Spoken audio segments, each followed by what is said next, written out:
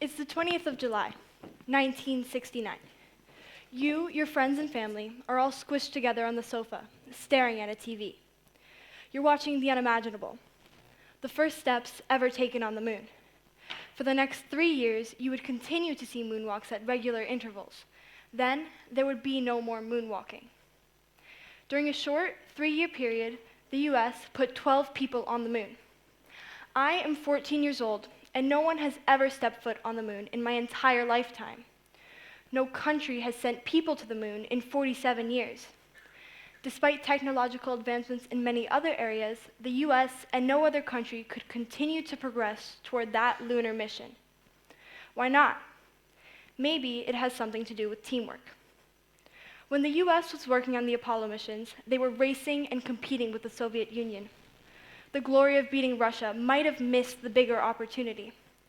It was a race to see who could put a man on the moon first, not one to see who could accomplish something together. Competition can be healthy, but we must also consider the possibilities if, instead of working against each other as separate countries, we work towards one goal as a planet. I'm not just talking about space travel. Think of the things we could do, like finding cures for diseases, solving climate change, and maybe we could solve so many other global issues if we all just work together. When we work together, we accomplish things years earlier than when we work in separate teams. When I was younger, I dreamed of being an astronaut, just like every other little kid. This past summer, I got one step closer. I didn't go to space, but I met someone who did. Nicole Stott lived on the International Space Station for 104 days. She was there working with astronauts from all over the world. While she is an American, in space, country borders are less important. What she said really had an effect on me. She explained that when she looked out the window onto planet Earth, she didn't see country borders. The only border she saw was the thin blue line of the atmosphere, keeping us all united. And that's what really matters. What if we saw ourselves as Nicole saw us from space, united as mankind? Nicole's words reminded me of a few situations in my own life.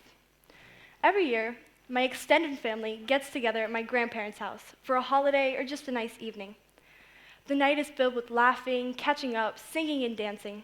But my favorite tradition is when my 2 younger sisters and our cousins get together and start plotting the after-dinner play. Some of our plays have been pretty good, and some not so much.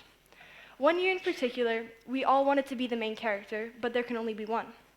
So, after wasting time competing for the lead role, we heard Grandpa calling us for dinner, and with that, we knew that this year there would be no play. We all wanted something for ourselves instead of something for the group. I have personal experience of how great it can be to work together. Some would say doing the dishes is the worst chore out there. I might agree, but my sisters and I do it pretty well, together. We turn something so tedious into a kind of fun group chore. We each have our separate roles. I clear the tables and countertops, Olivia loads the dishwasher, Georgia sweeps the floor, and our parents sit in the living room relaxing while we do all the hard work. We like to put on music, and when we hear music, we let loose. We start dancing with brooms and singing until we're certain the neighbors can hear. We always get the job done, though. Maybe it's because we know we never have to face the kitchen alone. We have each other. Another example of teamwork comes from sports. I play and train on a water polo team 6 times a week. We use teamwork constantly in the pool. We yell for the ball or for help marking someone. One of the things this sport has taught me is that communication is the most important tool when working together. My team, just like any other team, wins some games and loses some games. When we win, it feels great, but even when we lose, it doesn't feel bad. We win as a team and we lose as a team. The big picture here is that even though we sometimes bicker or compete as individuals, we usually work better together. This applies to world leaders and the simplest everyday things. Teamwork helps us thrive. It brings new perspectives and strengths to things. To bring us back to the moon, we need to remember that teamwork could be an important tool. We might have reached the moon so much earlier if we had worked with Russia instead of against them. Perhaps we'd be living there today. Or there could be clean water or more reliable food supplies in impoverished countries if we all just sat down and fixed these problems together. Maybe we haven't been back to the moon because we're still not working together.